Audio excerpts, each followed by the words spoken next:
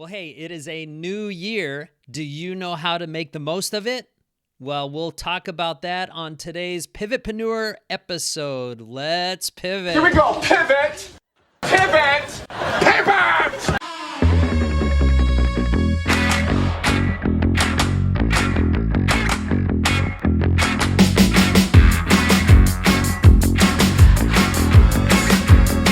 Well, hello, everybody. I am Todd Stalker, your Pivotpreneur coach and mentor and guru. And our podcast, if you're new to our podcast, we talk about life, leadership, and the pursuit of change, which we call pivoting. And many of us, all of us, actually have changes and pivots that we do throughout our life. Some of us, if you're listening to this podcast, you know that I talk a lot about career and job and work pivot, but obviously some of the same principles are the same then translate into if you're making a life kind of pivot. So that's what our podcast is all about, and you're either listening on the podcast or you can actually, we have these on YouTube as well under Pivotpreneur. So go to pivotpreneur.com and all those links are listed there.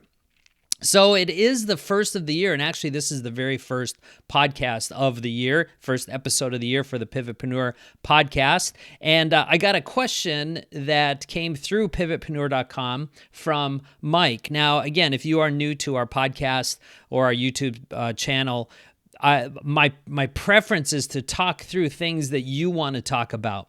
So if you have a question about life or change or leadership or making a change, life, leadership, pursuit of change, go ahead and go to pivotpreneur.com or toddstalker.com as well and just send me a note. Ask your question like Mike did. So here's Mike's question.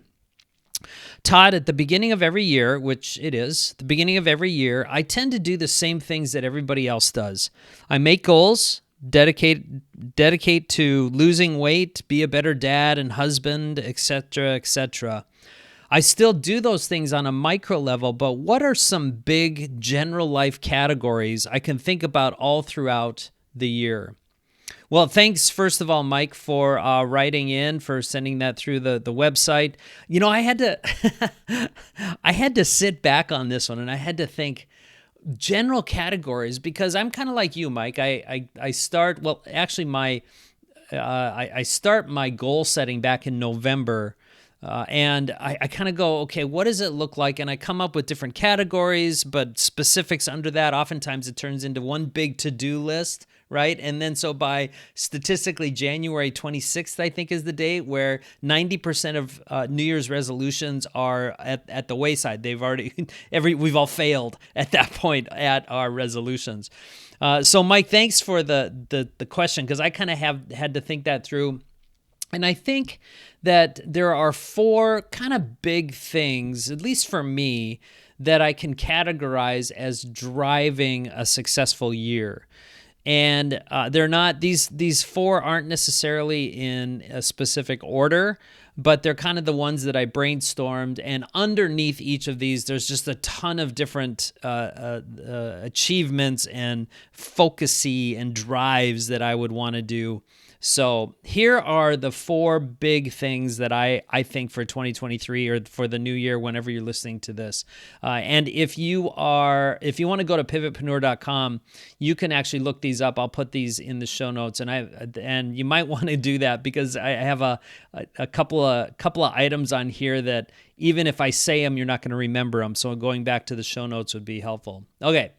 So here are the four big things. I'll just say all four of them, and then I'll kind of go back through. So the four big things that I thought about in no order were setting goals. Second was self-care. Third is positivity. And fourth is taking action. So there's those are the four. There's probably more, but those are the ones that at least for me on the new year, I'm thinking, boy, these are the ones, the categories I want to look at and focus on. So let me talk about those four in detail. So the first one, setting goals. Now, there are so many podcasts and YouTube videos and everything about how to set goals, what's good, what's bad, what you should do, what they aren't, what they are, all those kind of things. Everybody agrees that setting goals is way better than not setting goals. Okay, it's always better to set goals and have kind of achievable chunks that you can celebrate through the year, because goals pull you to a preferred future, right? They don't push you, they shouldn't push you, but they should pull you to a vision of a preferred future for this year, or things you want to do in your life or in your work. And typically everybody talks about SMART goals. Now, if you're in the business world, or if you've done any productivity thinking, you know what SMART goals are pretty readily, right? There was a book that was written in 1981, I believe, that outlined SMART goals. And so SMART, if you know what it is, it stands for this. It's an acronym that stands for goals should be specific, measurable, achievable, relevant, and timely. Okay? In Michael Hyatt's book, he wrote a book recently called Smarter Goals, and he added an E and an R, which I actually really, really like. So SMART goals are specific, measurable, achievable, relevant, and timely, and Michael Hyatt added evaluated and revised. That's very, very key. I love the last two. So don't just do SMART goals this year, do smarter goals. So specific, make sure, like, let's say you wanted to do a goal of, that's my dog barking in the background if you heard that. She loves the FedEx trucks, and that one just rolled by. Sorry, sidetrack. Anyway, being specific on a goal, I want to lose 10 pounds, okay? Measurable. If I lose 10 pounds, can I measure that? Sure, you stand on a scale. By the way, I just got a new scale, which I'm pretty pumped about. Achievable. A goal should be achievable. Can I lose 10 pounds this year? Sure. That's not that much in terms of poundage. Is it relevant to me today? Sure. Yeah, I want to lose that 10 pounds. I have a way to do it. It's relevant because I just feel better when I'm a little bit lighter. And timely, that's the key. Putting a date on the calendar. By when do I want to lose those 10 pounds? And remember, it's got to be achievable. So I want to lose 10 pounds by tomorrow is not achievable. Okay, but by saying I want to lose 10 pounds by the middle of February or a month and a half, 6 weeks, or 2 months, that's very achievable, okay? So Michael Hyatt then added the extra ones, evaluated, remember smarter, this is the E and the R, evaluated, which encourages me, is there a system or a method where I can evaluate the way I'm losing my 10 pounds. And this is actually a real thing, because that's why I bought a new scale. And my scale, I'm evaluating every day where my weight is and how that all plays out. And then revised. So Michael Hyatt, I believe, I didn't read his book, but I heard a summation that revised goals means as you're achieving them, you might have to make a couple of revisions here and there, little tweaks to what those goals would be so that you can achieve them, or maybe something has changed in your life where you know you're not going to achieve it and you might have to completely rehaul that. Okay, so smarter goals are specific, measurable, achievable, relevant, timely, evaluated, and revised. Okay, so setting goals is huge, and the way you get motivated and stay on track is get a vision, play out the story of your life. Okay, just think through the story of your life and how it would look like if we're having this conversation a year from now. That keeps you motivated to stay on track. And very, very important with setting goals. If you don't hit all your goals, so what? Okay, if you don't hit all of your goals, if you didn't lose that 10 pounds, so what, right? At least, isn't it better to say that I want to lose that 10 pounds and work toward it than not to and have health issues? Or let me put it in a money or an income way. Isn't it better to say I want to increase my income from $50,000 to $80,000 than not to have a goal to increase your income at all? Even if you only increase it to 70,000, from 50 to 70, you didn't hit the 80, is that failure? I don't think so. What if you didn't hit that goal of 80? Boy, you still were pulled to do something and make your life better, right? Zig Ziglar said this. and at least it's attributed to him. If you aim at nothing, you'll hit it every time. Okay? All right. So that's the first big category, Mike, setting goals. I think on all kinds of levels we should be doing that. The second one is this, self-care. Self-care is really important and very underestimated, at least in my generations earlier than me are more in tune to this idea of self-care. Self-care is super, super important because if you are not good, how can you be good for your organization, for your family, for the people that you provide leadership to? Okay, what if you're not feeling well? Do you think you're going to be at your best performance or your best willing to listen to somebody on your staff or to help out? No, of course not. So we all have to do the best we can with our self-care. Now, each of us are healthy in different ways. Some of us are super healthy. Some of us are super unhealthy. Some of us have great habits. Others of us don't. And you can't judge other people on those. This is a very personal thing. That's why it's called self-care. So just a couple of ways to improve your self-care this year. Really pay attention to your morning routine. I talk a lot about this with my clients that I coach. What is your morning routine? How can I say this?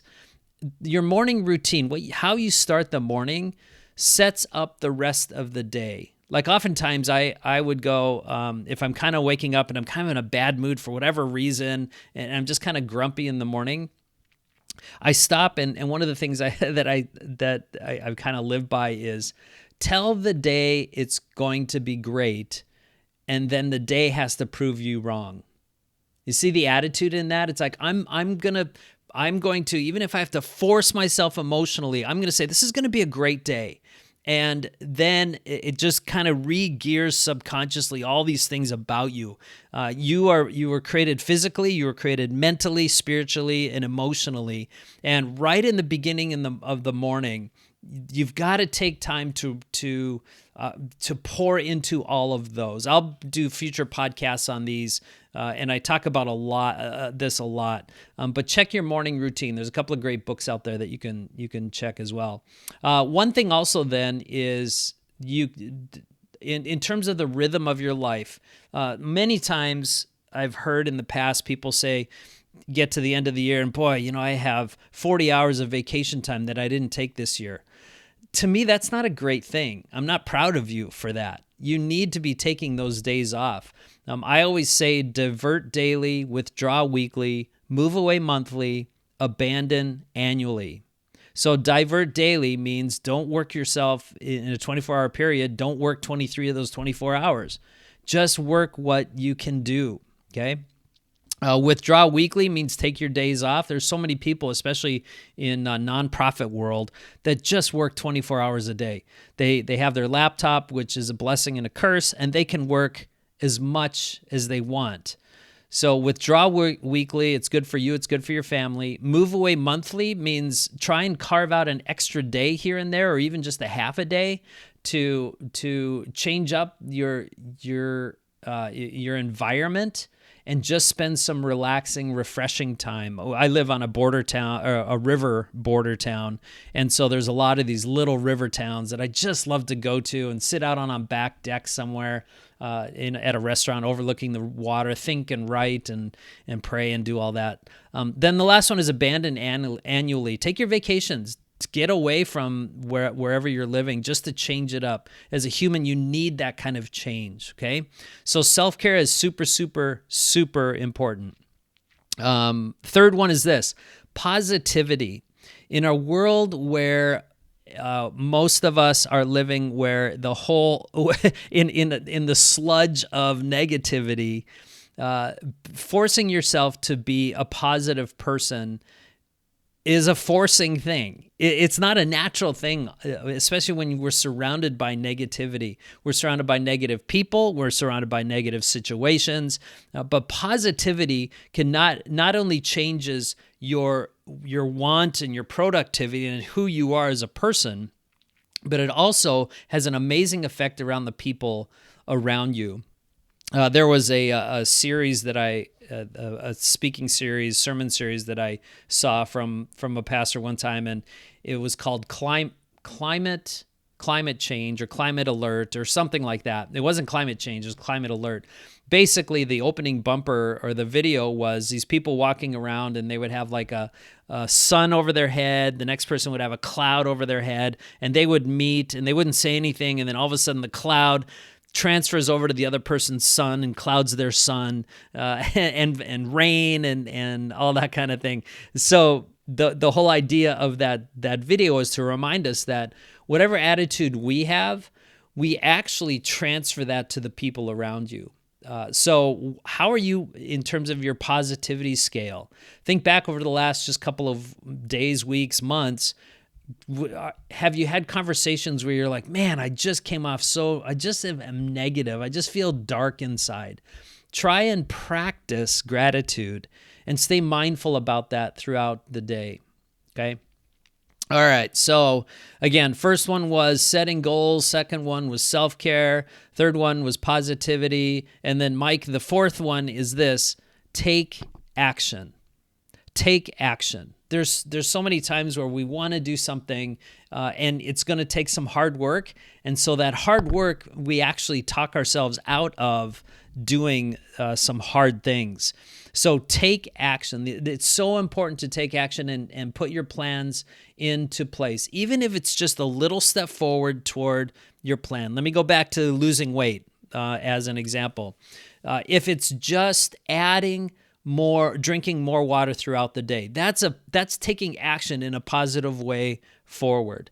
Okay. Or if it's really reducing the amount of white gluten bread that I eat, that's an action. It's a negative action, I guess, because you're taking something away. But it's taking action to move yourself forward. And if you get on those days, like let's say you wake up in the morning and part of your new year is to lose that weight or to get healthy, do some more exercise. And you wake up in the morning and you go, oh my goodness, I just don't feel like getting out of bed.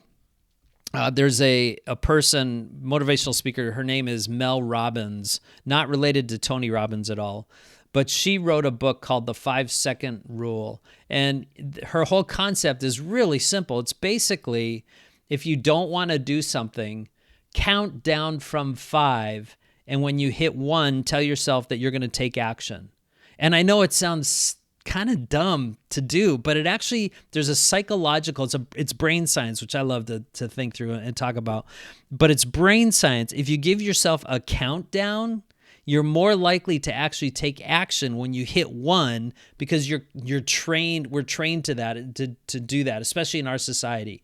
So again, let's say I wake up, I'm laying in bed, and I'm like, oh, I'm going to just sleep. I'm not going to go work out today. Actually, that was me this morning. I didn't want to work out. I was tired from my workout yesterday. But you're laying there in bed and you just go, okay, I'm going to do the 5-second rule. Here we go. 5, 4, 3, 2, 1. And you do it slowly. And she actually, in the book, I might link it to in the show notes. It's a great book because she actually does a whole thing on each of the numbers. It's really, really good. So taking action is so important to stay motivated. And then also going back to kind of the smarter goals, you can revisit and you can evaluate after you take those actions. Okay, maybe one of those goals and those actions that you want to take this year is to kind of evaluate. Oh my goodness, I'm tired of this same old job. The pay is going down, or I'm not getting paid enough. I don't feel fulfilled. I launched the course just a couple of weeks ago, actually, called 5 Steps to the Work You Love. And it's not just for those of you who want to completely change careers, jobs, move across the country, or anything massive. It does include that, but these 5 steps that I've developed over the years is just a simple process in helping you make pivots and changes in your work primarily, but also your life. For example, there's an exercise in the course where it's called the Black Crab exercise, and it's thinking through people in your life that hold you down. Now, they're not bad people necessarily, but they're the person that you told that you wanted to start this kind of company, or you wanted to make these changes at your workplace or in your job, or go talk to the boss. And their negative immediate reaction was, oh, you can't do that. Nobody's ever done that before. Those are black crabs in your life. So in that course that I did, 5 Steps to the Work You Love, that's one of the, I think there's 7 exercises that you walk through. And at the end of that course, you have a better idea as to what kind of work or pivot you should go into. And rather than just jumping from job to job, I see that all the time. I've done it myself, where I just jump from job to job, and then 2 years later, you're back in the same situation. So 5 Steps to the Work You Love, go to pivotpreneur.com. In the menu, there's a place where you can take a look at that, and it'll bring you over to that course, and you can look through that, okay? So, Mike, again, those 4 things, make sure categories, big stuff, up in your head, the overarching and everything falls under it. Number 1 is setting goals. It's so important to do that all the time, every year, and throughout the year. Make sure you're incorporating self-care into this year and maybe adding something new. Maybe it is times of meditation, of thinking, of slowing down, of refreshing, withdrawing weekly, moving away monthly, those kinds of things that we talked about. Positivity is the 3rd one. Just be kind. At first I didn't like those bumper stickers that just said, be kind. It's like, oh, that's kind of cheesy. But when you are kind to somebody, the positivity bubbles up inside of you. It's almost like you manufacture positivity by just being kind. So that's the 3rd one. The 4th one is take action. Do something. It's fine to talk through and have a good plan, but ultimately you got to pull the trigger on some of these things. As a coach, I can help you do that, so connect with me if you want, but make sure you take action. Okay, well, those of you listening on the podcast or on YouTube, hopefully that has been helpful for you. And I say this every week in every episode. It's true. You are the reason why I do the podcast and the YouTube videos, because I want to add value to your life. And so hopefully I'm doing that for you.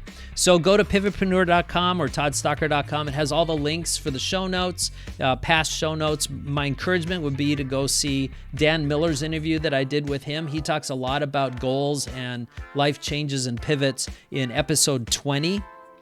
And if you go to one of those websites, you can ask a question like Mike did, and maybe you'll get on the show. So thanks again. Remember, if you discover, develop, and deploy your purpose, you too can become a pivotpreneur and find work and a life that you love.